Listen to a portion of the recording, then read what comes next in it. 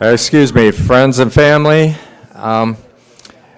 We're scheduled to begin at about 11, so if you could all take your seats. We will have an opportunity after the memorial here. There is a reception scheduled at the Blue Water Restaurant at 5180 Northland Drive, and you're all welcome to come to that. So if there was anything that you didn't have an opportunity to look at, and you wanted to see any more pictures or perhaps review things in Mom's books, we'll have an opportunity at that time to do that, and we'll have a little bit of a lunch and some snacks. So first of all, I'd like to welcome everybody for coming. It's wonderful to see so many people who have come to remember and celebrate the life of Roselle Elaine Chilson Havens. She was quite a wonderful woman. I don't know if you all had an opportunity to review the program for today, but this was an example of Mom's work. She basically had to be in control even at her own memorial. So she prepared this years in advance, and we have done our best to make sure that we adhered to it as much as possible. And there will be a few exceptions from this particular program. Deborah, myself, and I won't be singing. We're not going to subject you to that. That might clear the room in a hurry. But and Lynette and Michaela won't be playing Twinkle, Twinkle, Little Star on their violins. But other than that, we're trying as best as possible to adhere to this program. Mom was a wonderful woman. She was born on October 29th in 1928 in her grandfather Giovanni Campagna's home in the south side of Chicago on Congress Avenue. And family legend has it that she was actually born in the same bed as her mother 28 years before. So she had an auspicious start to life. She also lived during a very tumultuous time in history. It's difficult for us to imagine what the conditions must have been like at that time following the stock market crash and the Great Depression of the 30s. One of Mom's heroes was FDR, Franklin Delano Roosevelt, for all of the wonderful things he did for the American people during that time. But Mom grew up during this tumultuous time. I think it taught her self-discipline, it taught her perseverance, frugality, and it taught her to struggle and fight for what she wanted out of life.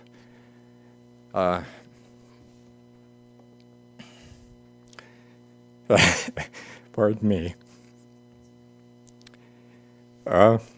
She was a very intelligent and talented woman. And even though she grew up in a time of deprivation, she managed to have a wonderful social life. She went to parties, to dances. She had numerous young men asking to take her home, sneaking kisses on the front porch. All of these things are in her diary. So she managed to have a wonderful childhood despite the conditions of the time. Being as brilliant and intelligent as she was, she graduated early from high school at the age of 16. And at that time, her parents really wanted her to stay at home, to get a job, find a husband, and produce lots of grandkids. But Mom saw a different future. She envisioned the possibilities. And so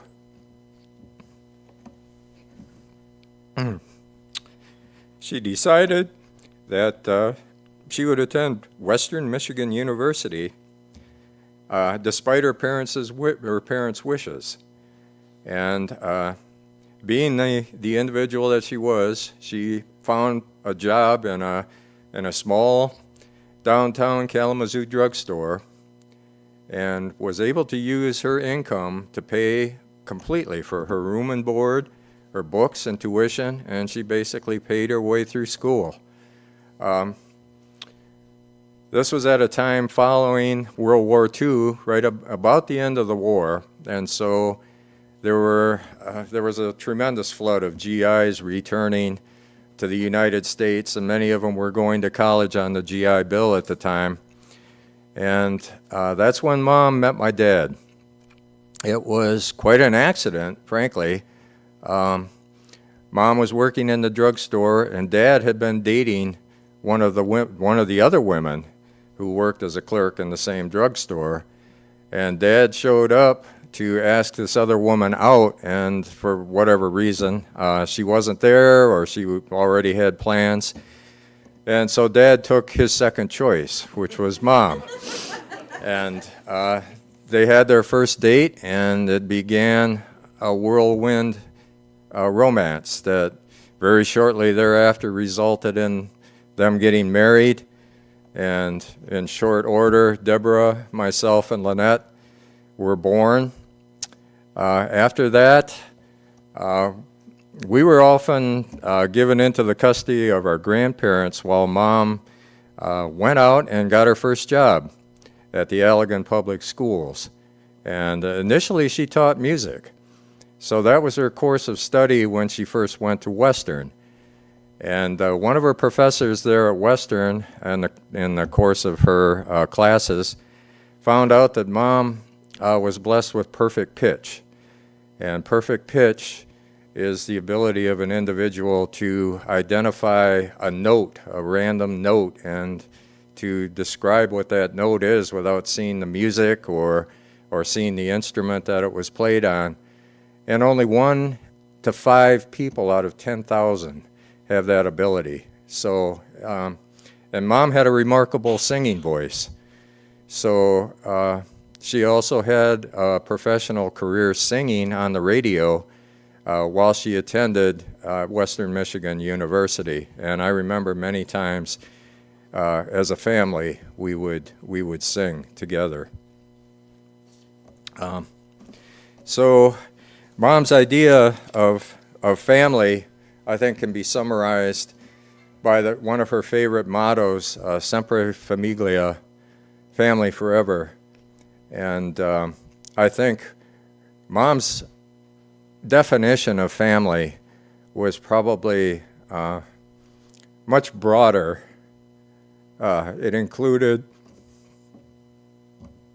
all of her family by blood, by marriage, but it also included all of the students that came through her classes, that attended the schools where she was principal. I think it also included her teachers. It included the parents and the community. She was devoted to the idea of bringing up the next generation and making sure that they were all prepared to be good citizens of this country. So just a couple of quick reminiscences on my part. I remember in high school I was focused primarily on athletics, and Mom wanted me to have a more well-rounded education. So she bugged me, she badgered me, she cajoled me, and ultimately convinced me that I should try out for a high school play, which I did, and without much optimism. But to my shock and amazement, I actually got a part in that high school play. So I was able to enjoy, a pretty unique experience on the stage. That was probably the first time I ever really did anything in public, other than some of the sports I played. But Mom was convinced that we needed well-rounded experiences in our life to make us competent and humane adults. And she certainly, I think, succeeded. Later in life, Mom developed an interest in genealogy and became a real devotee of developing the family tree. And one of the experiences I found particularly wonderful, when Lee Iacocca was submitting or soliciting donations to renovate the Ellis Island Center for Immigration and also creating an immigrant wall of honor, Mom made a donation to have Giovanni Campagna's name added to the wall of honor. And Giovanni Campagna had come through Ellis Island right around the early 1900s before settling in Chicago. So we decided we would take a trip to New York and flew into LaGuardia Airport, rented a car, toured New York City, climbed the Statue of Liberty and looked out over the city and toured Ellis Island. Unfortunately, Giovanni's name hadn't yet been added to the Wall of Honor, so we were a little frustrated with that, but otherwise it was a great trip. And just one other reminiscence. When I later went back to school, I was going to school in East Lansing at Michigan State and later at Eastern Illinois.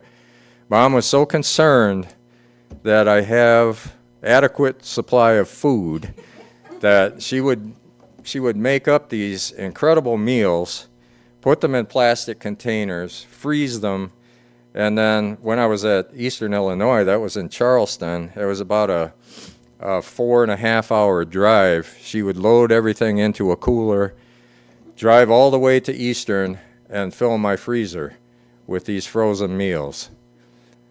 Just amazing. So I would email her every morning for about 14 years. She kept every one of those emails. And I have about 12 binders, 4 inches thick, of all of the emails that we shared. It's an incredible personal diary, an incredible personal history. And I don't know how I'm going to fill that void. So,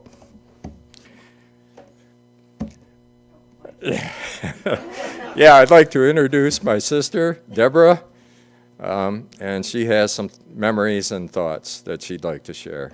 Thanks, Earl. Good job.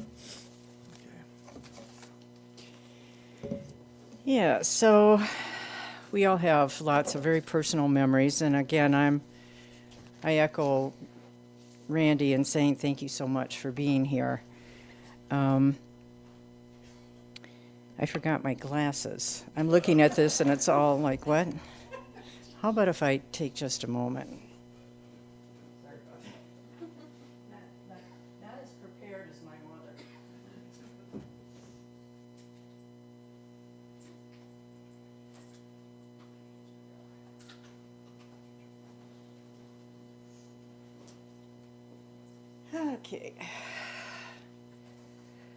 Okay, so we all have lots of personal memories. Randy has, certainly sparked a couple of mine too. I remember going with my mom to explore Susan B. Anthony's home and Elizabeth Cady Stanton's home. I was in the process of researching a documentary that I wanted to produce. And one of my favorite memories of her is because we did have a memory, a family memory, shared with us by our great-grandma Grace, because she was actually coming down the Erie Canal with her family in an immigrant move into Michigan. And so Mom, in honor of that moment, it stands in front of the Erie Canal and sings the song about coming down the Erie Canal, which, again, I am not going to share with you, but it was an amazing moment. I have it on video. And it's just so Roselle, She knew a little bit of everything, about everything, and was, just picked the right moment, and there it was. But one of the things I wanted to talk about today was also a little more far-reaching than that. So, our parents together really gave us life and gave us a future. But Mom also gave us a past. And, of course, every generation introduces the newborns to aunts and uncles and grandparents and friends who are still living. And Mom was very connected to Chicago with her Sicilian roots. And we heard from our early years about our great-grandparents, Giovanni and Michaela Campagna, who had left the town of Termini Imerese in Palermo, Sicily, for a new life in America. They arrived here in the late 1800s, and they settled in Chicago, hence Mother choosing Chicago as one of the themes of her music selections. Giovanni parlayed a door-to-door job selling lemons into a wholesale produce business that was highly successful. So much so that our grandmother, Christine, tossed off a tale of losing a diamond ring while she was washing her hands in a public restroom. And it was all like, barely an inconvenience, just a lost diamond ring, so what? In short, we understood that great-grandpa had fulfilled the American dream, despite the loss of his 2 grown sons in the first Spanish flu epidemic. So Mom would regale us with stories of growing up in Little Sicily. The relatives called her the blonde bomber. Apparently more for the sake of alliteration, because I'm sure she wasn't bombing anything, but she did demonstrate a notable combination of courage and curiosity at a very early age. Like the time she was found climbing the girders that supported the L trains that roared overhead. This was her being plucked off by whoever found her. Somehow no one ever questioned who should have been watching her. It was the whole experience was attributed to her daring nature. But she found plenty of opportunities for safer means of creative self-expression as a teen when she was growing up in Buchanan, Michigan. But it wasn't until much later in life that she found out why her parents had been willing to uproot themselves from such a strong, supportive family in Little Sicily. And it all happened when she returned to Chicago. As an adult, she was attending the funeral of her aunt there. And she was very startled to notice a number of somber Sicilian men, all dressed in black, sporting women in furs and jewels. And a murmur went through the room that the Dons had arrived. And Mom wondered, who are they? So at that moment, her cousin Anthony shattered her world of happy Little Sicily with tales of bootleggers, bandits, bullets during Prohibition days in Chicago. And the vision she had of the American dream was vastly rewritten. From that point on, Mom cast a relentless dragnet for details, starting with the fact that her parents had moved to Michigan to escape a life threatened by the Black Hand and other criminal elements that had in fact claimed the lives of Mom's uncles, not the flu. A secret shame her parents had hidden from her all her childhood. And that really prompted a life of research on her part. She never stopped looking for what was the truth. But this story does not end with the tragedies that befell the Campagnas as they struggled to survive in America. Mom's mother, one of the first generation of immigrants born here, urged Mom to become a telephone operator, a job that was just coming into being during her teen years. It was a job easy to get and easy to hold on to. But Mom had bigger dreams. And as perhaps the first truly comfortable American citizen, she insisted on a college education, on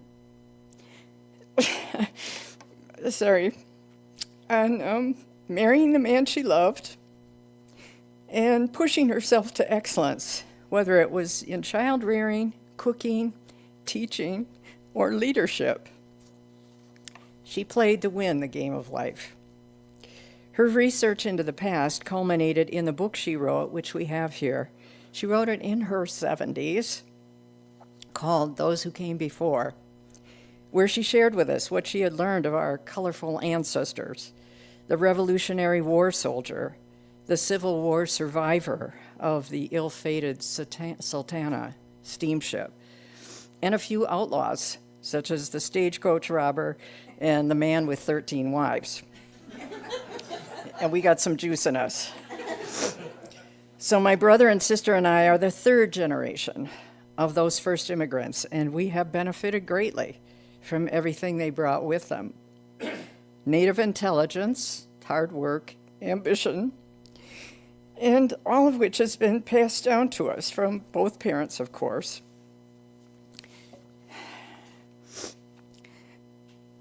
But our mother gave us everything she had in her to carry on the legacy that we have all learned to cherish. I like to think our ancestors would agree that we are the Americans they dreamed of being. And Mom has fulfilled their vision and her own with the life she gave us, the love of history, the love of family, the love for storytelling. That's all I got. All right. Again, thank you. And somebody better tell the story of this snake thing. Lynette? Okay.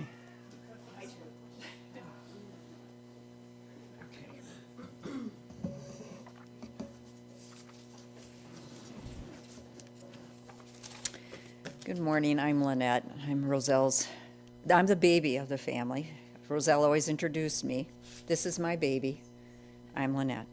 First, I did want to say something about this picture because it's so iconic, and this was her choice to have this displayed at her service because it's not your typical funeral picture.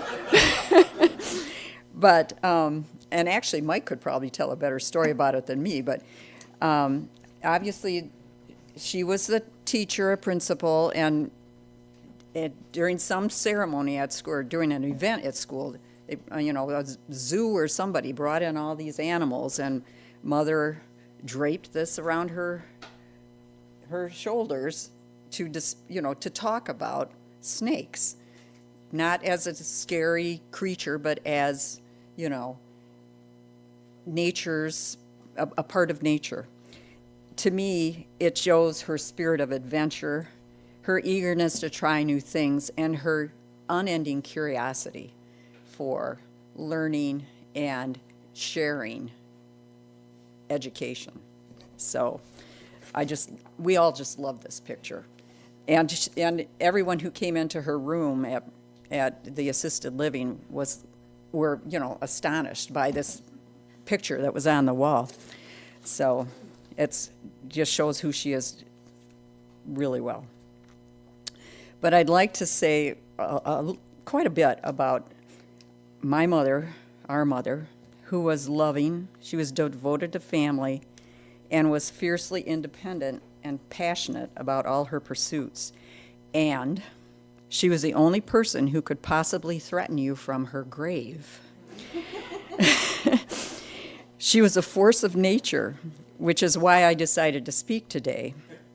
I spoke at my father's memorial, and if I didn't speak at hers, I know she'd haunt me for it. It's the Italian. They have that tendency. So, a couple of things I'm going to say you've already heard a little bit about, but Mom was a trailblazer. She defied her parents to attend college at 16 to pursue a degree in education. She defied her parents again and married the love of her life, Dwight Havens. They never stopped loving each other despite their battles of wills. And during the era when man was king of his castle, we moved to Blythefield Acres in Rockford because Mom had taken a full-time teaching job at Parkside Elementary. Mom had found her dream home, and she was determined to have a new automatic washer and dryer. Dad considered it an unnecessary expense. She was not moving the old Ringer washer, the one that nearly ripped my arm off, from the basement of the Galewood house. So she said, I'm working full time. I'm buying them. And she did. She was an accomplished pianist, and through much scrimping and saving, we had a piano. Mind you, this was before credit cards. My parents paid for everything with cash, a practice which she carried with her forever. That piano was her pride and joy. Dad brought home a male Manx cat that in its maturity decided to use the piano leg to pee on to mark his territory. Dad resisted getting the cat neutered. As you can imagine, Mom was not a fan. One weekend when Dad was up north at her cabin, the cat took a secret trip to the vet and returned home with a high-pitched meow, if you get my drift. Mom was an artist. And you've heard of, my brother already spoke of perfect pitch, because Mom sang in the choir at the WMU. She was in the concert choir and in madrigals. And the picture that's on the memorial handout there is from her days at Western Michigan. She was just gorgeous.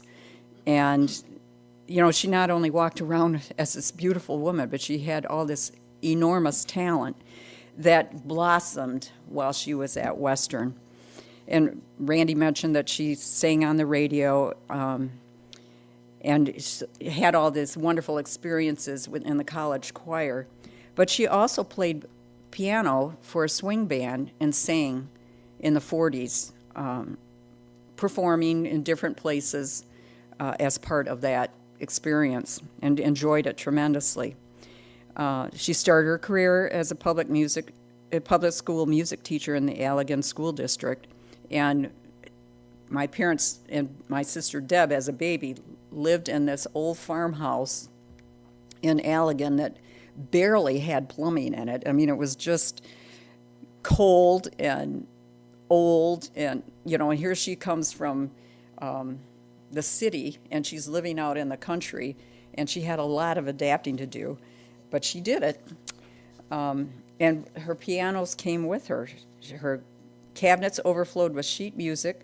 Much of it was tattered and torn as the years rolled by because it was so frequently used. She played all the time, and we learned all the lyrics to all the songs. To this day, my brother and sister and I are aficionados of swing band music from all our family sing-alongs. We were raised on the music from the 40s, like Tony Bennett, Frank Sinatra, Hoagie Carmichael, Nat King Cole, some of what they're playing before and after the service here. But we also listened to classical 33 RPMs of Bach, Beethoven, Haydn, Rachmaninoff, Vivaldi, and Chopin, to name a few. We all played instruments in school. Deb had the clarinet, Randy had the trumpet. I played violin. She came to all of our concerts. We were also familiar with American composers like Leonard Bernstein, Aaron Copland, George Gershwin, and Rodgers and Hammerstein. I still know most of the songs from all their musicals.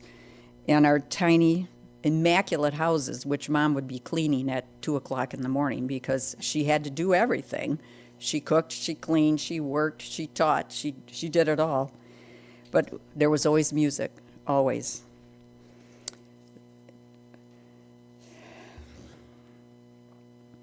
And of course, you all know about Mom being an educator. We've all seen, there are many, all of her accolades are displayed here today. She took pride in her achievements, as well she should have. They're the product of her hard work. She taught well and long and lovingly, devoting much of her time to furthering the potential for thousands of young people. She also taught learning by example and leadership by becoming an education administrator.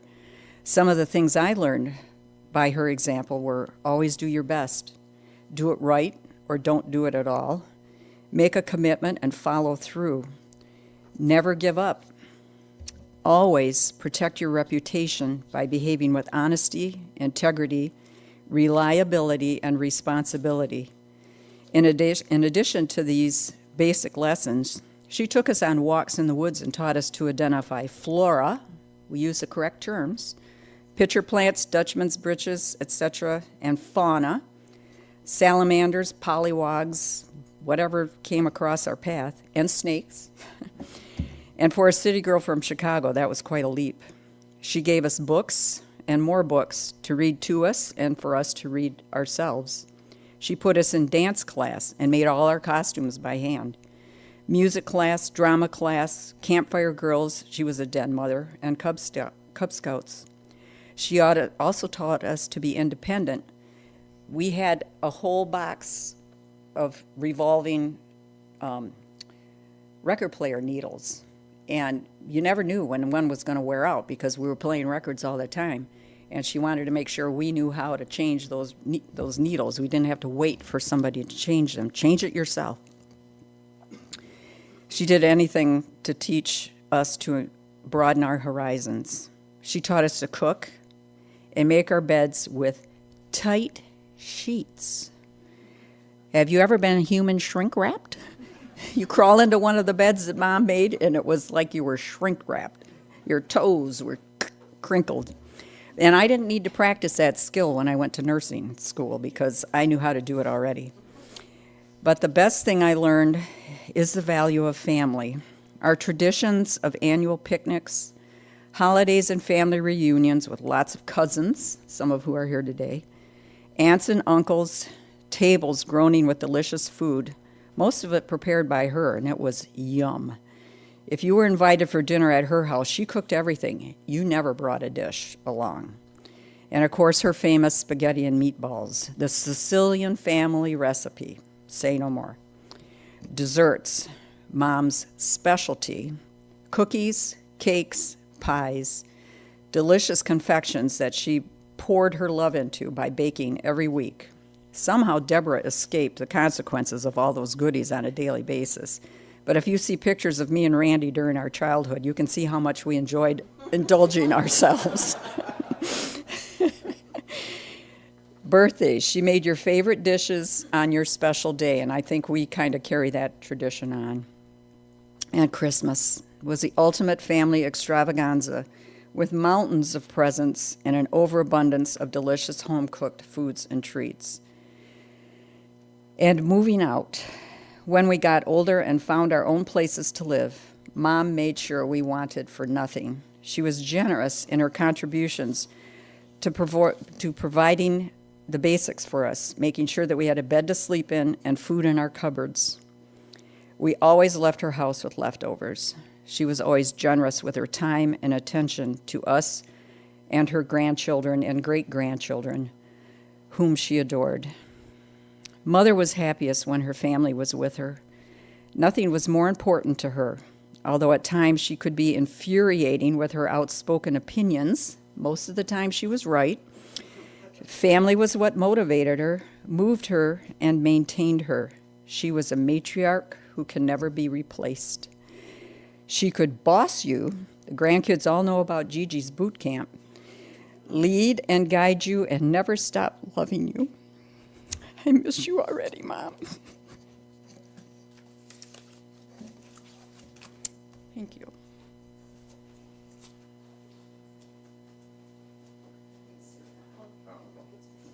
Okay, well, Sarah, were you planning to speak? I have something. Okay.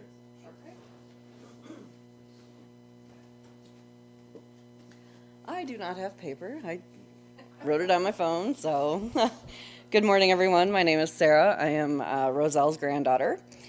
I just wanted to say a few things here today. So, for as long as I can remember, Graham has been a teacher. Whether any of us realized it or not at the time we were learning, first and foremost, the door is always open, and I've got your back. But you're going to learn. You're going to learn how to do this better or how not to do this again. Whether it was the proper way to write in cursive, dive off the diving board, spell through a game of Scrabble, skip a stone on the pond, play canasta, create a budget and stretch a dollar, expertly prepare a giant meal, and time it just right for food to hit the table hot. This was no easy task. Or simply how to make homemade Italian bread. She was a teacher. And since she was a teacher, my God, she had the most fabulous wardrobe. Her suits, her jewelry, and her shoes. her shoes.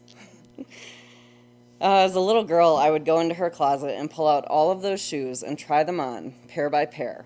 I would clot around the house in them and then stand at her dresser, going through her jewelry boxes to explore all of her sparkly, colorful treasures she had hidden within.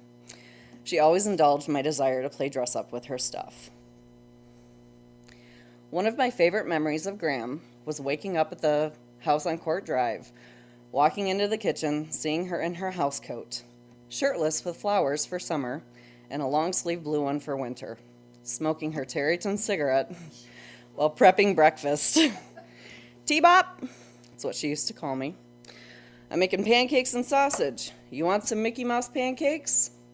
As I got older, and when Reagan came along, we would challenge her with making a variety of shapes or animals, and she would try. Some worked, some not so much. And she would just say, we'll try again next time. Manja, eat.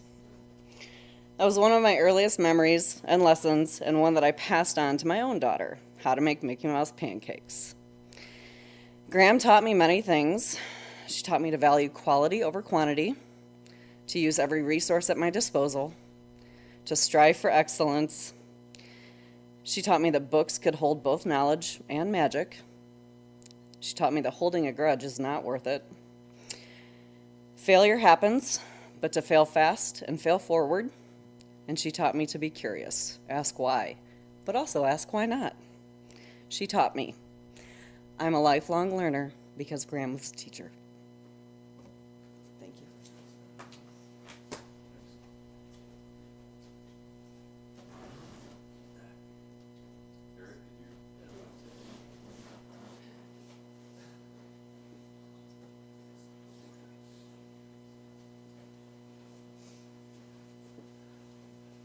Morning, I'm Harry Dooley. I'm Lynette's husband, and been married going on 49 years. Met Lynette in 1973 when we both worked at Blodgett Hospital.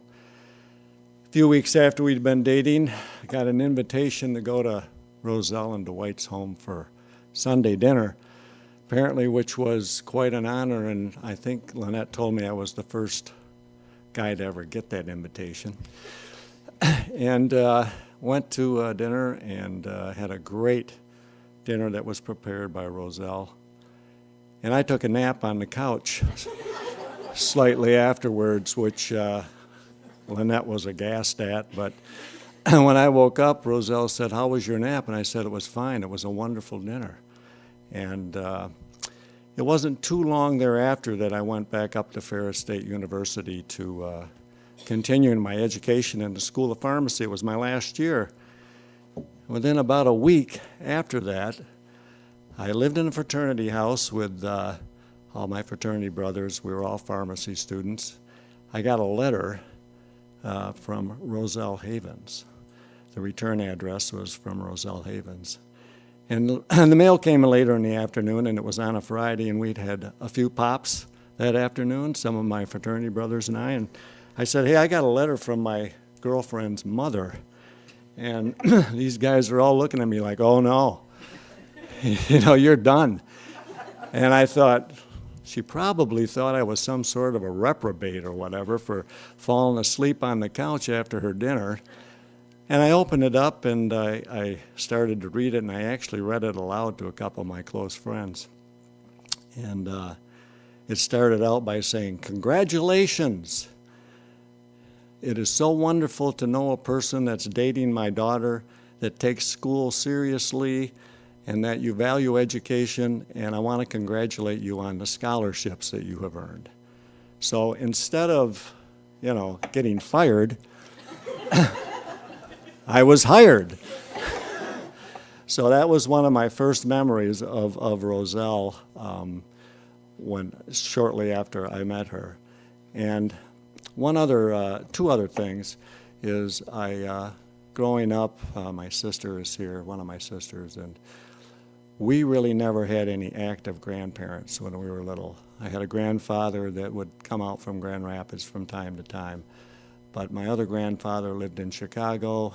He was quite a ways away, and he'd been married 3 times, so I'd not had a real grandmother. And my other grandfather, his wife died, my grandmother did, before I was born. But I just wanted to thank Roselle for being a wonderful grandmother to my two children, particularly when they were young, growing up, all the times at the pools, spending nights, giving Lynette and I a break. I never had that. I never knew that experience, and they knew that experience, and you can tell from what Sarah had to say that it was extremely meaningful. And for that, I am very, very grateful, and I know Lynette is too. The last little tidbit is after Lynette and I got married, we lived in Hastings. She was going to school in Grand Rapids, nursing school. I was working in Battle Creek as a pharmacist. She wanted to prepare a dinner. She wanted to prepare her mother's chili, and she did.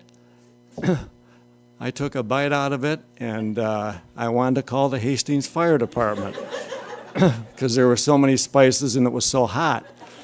My mother was kind of a bland cook, and Roselle used a lot of spices and so forth, and I just about, was aghast at it. But I will tell you that really quickly and shortly over time, I became quite appreciative of Roselle's cooking and all the spices, and looked forward to going to her house and Dwight's house and having dinner and eating. It was a wonderful experience, so thank you.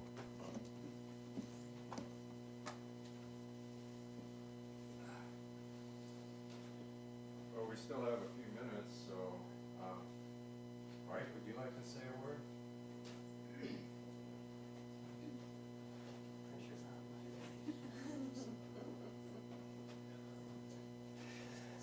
My name is Mike Maselli, and I had the good fortune to fall under her tutelage as a young teacher.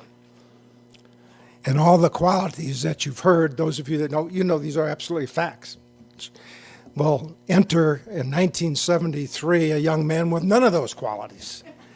And I interviewed there. It's kind of a shot in the dark. I was on my way to becoming a state trooper, but I really wanted to teach, but there weren't many jobs. But I got a call from someplace in Belmont, whatever the heck that was, in Rockford. So I went out and had the opportunity to interview with her. And I don't know what she saw, but she hired me. And from then on, she insisted on all those things that you talked about. That push toward excellence, that being more than you think you could be, and it was terrifying. My room was at the end of the hall, and I recall hearing those high heels coming down the hall, and her keys, and I'm going, oh God, don't come, no, hi, Mrs. Hayes. Yes, can I help you, what's up? And living in fear of the first evaluation that I was going to undergo under her. And sure enough, in with her yellow legal pad, I see Jane, the guy's nodding her head back there, sitting in the back.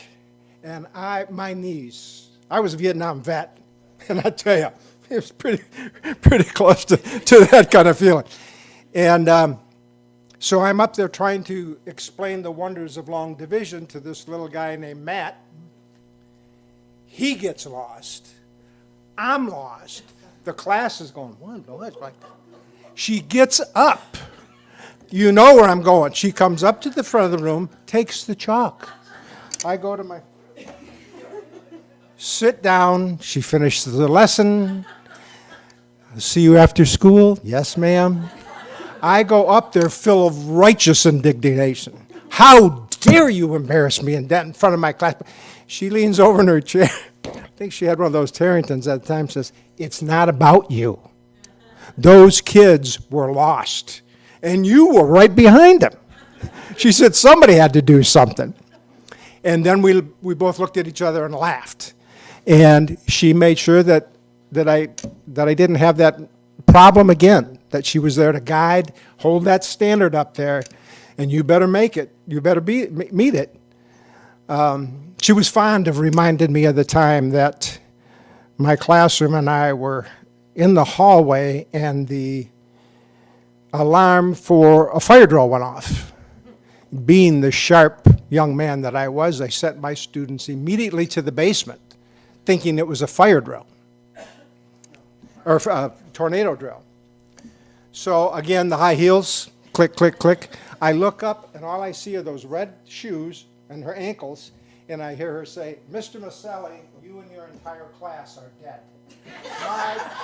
My kids went crazy. They loved it. They were so many times, and that she laughed about that.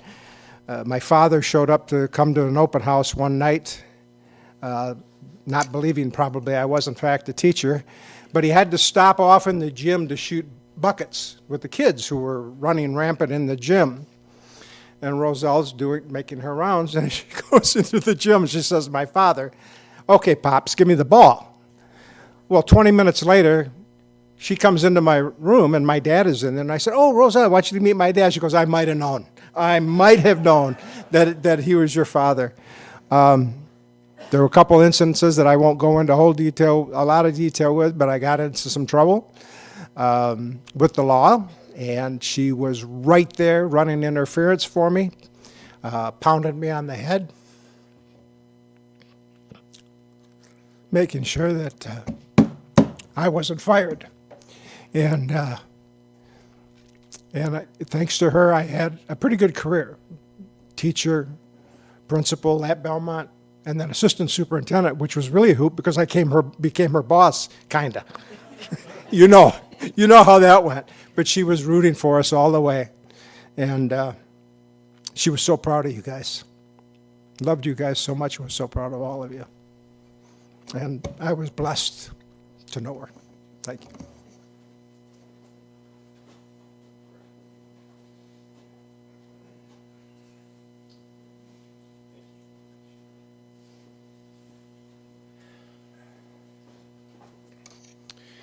Hello, everyone. Thanks for coming out. I'm Brad.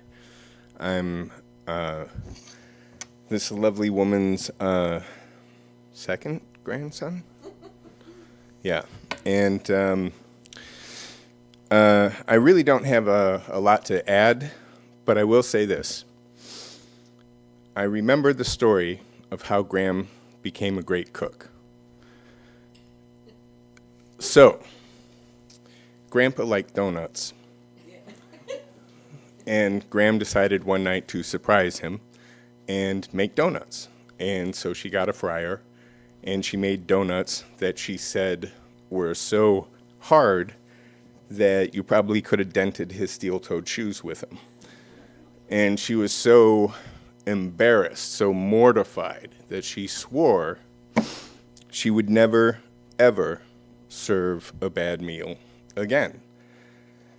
So, as Mike was saying about being your best and being curious and working to be better and to help everyone be better, I always remembered that because she never gave up. She always, hell, you ask her to make a donut, she'd whip that out for you, no problem, and show you exactly how, and put filling in it if you wanted. So I think that's really all I wanted to add is she worked hard, but she always worked with a purpose. She worked to be as good as she could be. She wanted all of us to do the same. Whether we did or not, that was up to us, but that's where we get it.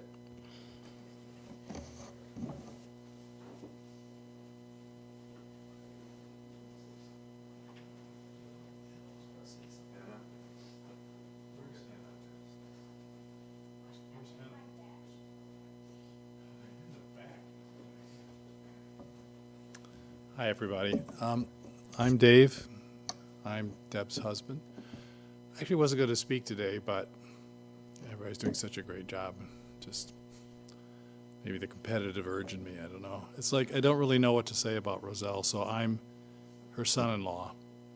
So my mother and father are both passed away. I came from, much like probably many of you, I didn't have grandparents. They had both passed away. So when I got married to Deb and I come to the Havens household, I know what to expect. I walk in and there's this giant table. This is one of those extendo tables, right? And there's more food than I'd ever seen in my life at a table. And, there's Dwight and Roselle and all the family and everything, and there's lots of food, great food, really good food. That was impressive. then what was really impressive is what happened after dinner, which is that everybody sat around the table, let's call it talking. For me, I thought World War III had erupted. I mean, in my household, my mom ruled, and we didn't talk at the table. And if my dad tried to talk war stories, she stopped them. There was no political talk. It was like polite talk. So here I am, and the discussions start, and I'm sitting there like, these people are going to kill each other. What is going on? I mean, I started sweating. Of course, I didn't say anything, and it would escalate, back and forth, back and forth, back and forth, back and forth. And it was I could go into some tales, just amazing stuff, And then just when I thought they were going to start punching each other, they'd all start laughing. And I was like, okay, this is not my family, And I'd be like, whew, that's over with. And I don't know if this is before or after. Then I remember Roselle brought out the pies. And oh my God, I thought my mom baked good pies. Roselle baked good pies, which luckily she passed on to you. So that's very good. Deb learned how. And then, later on in life, after Dwight had gone and my parents had passed away, I got to have a different relationship with Roselle. So I didn't want to speak. I knew I was going to get emotional. So my mom being gone, she kind of became a little bit like a second mom to me. She really let me help her and do things for her that I felt I was really privileged to do. It's funny, at the end there, last few days, she was sitting there and I knew her legs were itching, and I said, do you want me to rub your legs? She kind of goes like this. I rub her legs, and she says, I should have married you. And I said, I'm spoken for. But that's just who she was, So that was I just feel really honored and privileged to have known her and to know all of you through her. So, thanks, Roselle.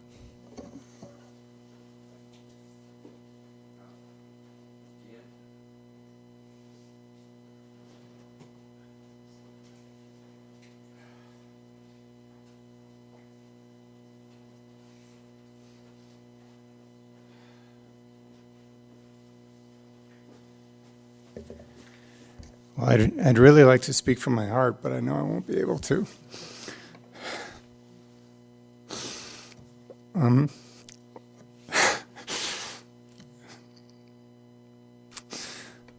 Okay, I'm just going to stick with what I was going to say.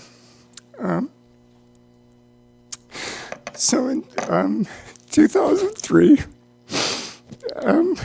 I graduated from Goddard College in Vermont, and Grandma came out to visit, or not visit, but I mean to celebrate me graduating from that school.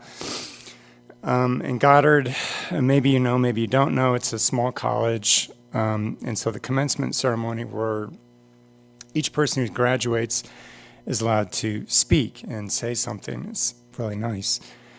And Grandma had flown out, and of course she was an inspiration. And I was talking about that, and I described her as being fierce, and she was pissed. Oh man, I wasn't sure I should tell this story. I don't want any beautiful Italian ghosts following me, but I also. Last night I saw your post, Sarah, about fierce love, and then I've heard that word 2 or 3 times today, and I was right to call her that in every best possible way. The degree I got was a writing degree, and so I was interested in nuances of words. And, I triple-checked it last night. Yeah, fierce, intense, passionate love.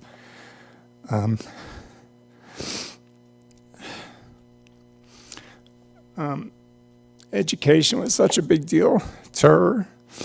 We are a family of educators. I'm an educator. I'm on track to be a principal. I obviously that's her legacy.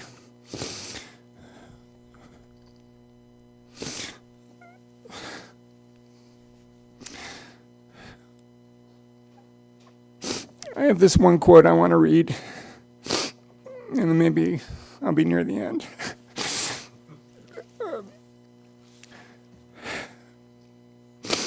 Last night I was reading a presentation she gave at Grand Valley State on her record as a principal and part of her principal philosophy.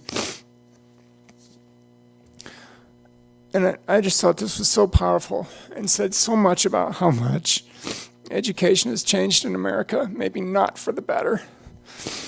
It just makes me mourn her more, what she represents, and how much things have changed, or it feels like it. She said, after the verb to love, to help is the most beautiful verb in the world. And I feel like that's worth saying again. After the verb to love, to help is the most beautiful verb in the world. I feel selfish being up here and talking because I know all of us who knew her and were involved in her life in some way. We all had some kind of experience. I really wish all of you had a chance to tell your stories. I want to hear them.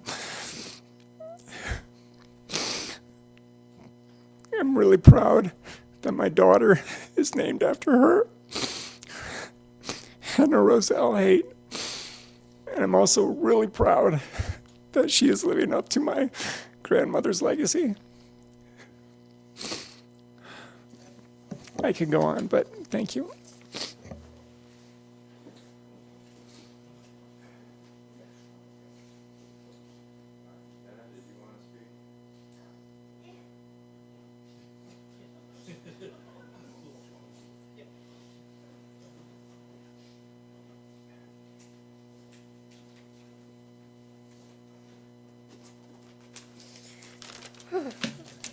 My dad got me there. She was the most incredible woman. And I know that because, not only because I was able to see her accomplish everything she did, but because every time I accomplish something, a goal of mine, I hear that I take after my great-grandma Roselle. Unfortunately, being overseas and being one of the youngest in our family, I didn't have much time with my Gigi, as everyone else did. But that did not make me cherish moments with her any less.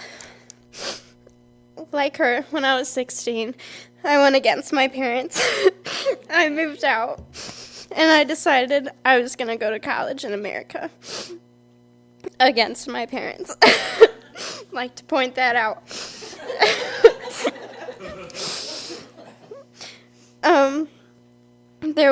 And I did. I moved here. I went to college, community college for a year, and there was a lot of, well, now what? And truthfully, I really didn't know.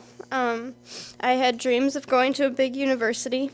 I've never heard of Western Michigan University, nor did I apply there my senior year. But somehow I ended up at Western Michigan University. And it was in a time where I felt lost. Towards the end of my senior year, I had no idea what I was going to do, where I was going to go. I had a lot of disagreements with my parents there. And I just remember, one of my fondest memories of her that I will always remember was telling her, hey, Grandma, I got no idea what I'm going to do. But I know I'm going to be a lawyer. And she looked at me and said, I'm so proud of you, Hannah Roselle, and you are going to go do big things. And in that moment, I wanted to, just for her. Today, I attend Western Michigan University as an ROTC cadet, trying to become a lawyer in the United States Army. I've never once considered Western to be the college I ended up at, but somehow Western found me in a time where I was lost. I like to believe it was because it was meant for me to end up there, just like my Gigi, as I continue to follow in her footsteps. To spend my years at Western impacting people's lives around me and following, again, in her footsteps to become one of the most outstanding leaders I know. Today, I don't walk the campus as she did. I run at 5 a.m. in a formation in the freezing cold, yelling Army cadences. I don't go to just the football games to watch. I stand in the stadium as a cheerleader. I sit in the same classrooms as she did, and I go to the same library as she did during finals week to study and to cry. Western has introduced me to one of the most incredible people I've ever met, and is the best years of my life. Being there has pushed me to do things I have never thought to do, like possibly jumping out of a helicopter. And all I can ever think about when I'm there is my Grandma Havens and my great-grandma Roselle, carrying their legacy. Being there, I feel like I am carrying part of her with me in my daily life. I feel honored to be not only named after her, but again following her in her footsteps, to go against my parents, and just to do things I've never thought I'd do before. So I will continue to accomplish big things, big milestones in my life. And as I do so, I will remind myself and those around me that I take after my great-grandma Roselle and the things I do. So thank you.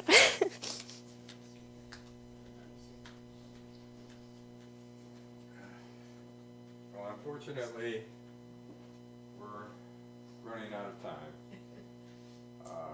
I wish we had more time for everyone to share whatever memories you might have. We'd love to hear them all. As I mentioned, we're having a luncheon and a reception at the Blue Water Restaurant, 5180 Northland Drive. You're all welcome. We would love to have you there, and we'll be bringing some of the materials, so if you haven't had an opportunity to see them before, we'll have some of the things on display so that you could leaf through them and see some of the remarkable things that Mom accomplished and put together. So I want to thank everyone. It's been wonderful.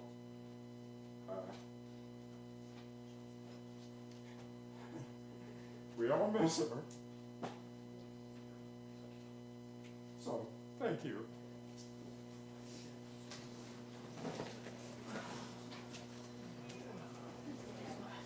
Luncheon starts at 12:30 at the Blue Water. We hope to see you all there. Thank you.